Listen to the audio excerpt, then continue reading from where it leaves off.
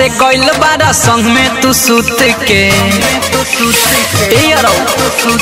जहिया से गइल बारा संग में तू सुत के बेरी बेरी मन मोरा हुलहता हुलहता हुलहता। अरे दिन में होखे तीन फेरा उलटी धीरे धीरे पेट यार फूलता। दिन में होखे तीन बेरा उलटी धीरे धीरे पेट यार फूलता। जहिया से गहिल संगे तू सुत के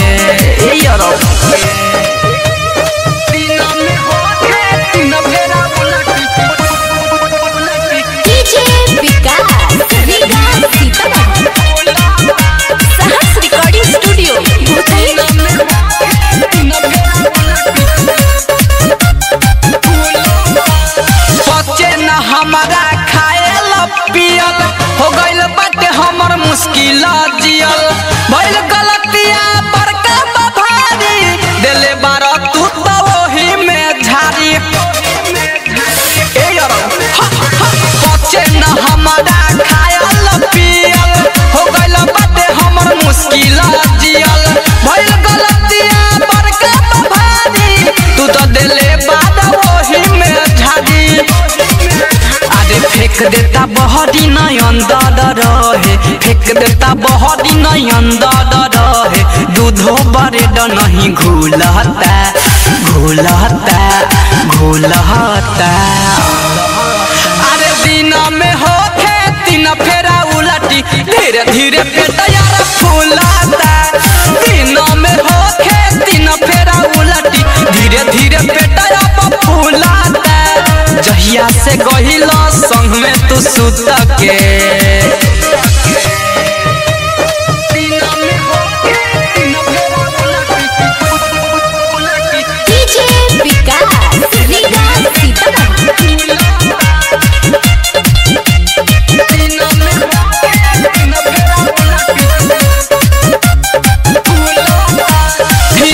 बिहारी आगे पीछे देखल साझे से लेके तू भोर तक ठेकल कहोई हमर उपाय लगा दो राजू रविंद्र से दवाई मांगा दो। सुनता रो आए हाय रमन बिहारी न आगे पीछे देखल साझे से लेके तू भोर तक ठेकल कहोई हमर उपाय लगा दो राजू रविंद्र से दवाई मांगा दो। देहिया तो रहे बड़ी हमर टाइट देहिया तो रहे बड़ी हमर टाइट दोनों जो बनयब झूलता झूलता झूलता।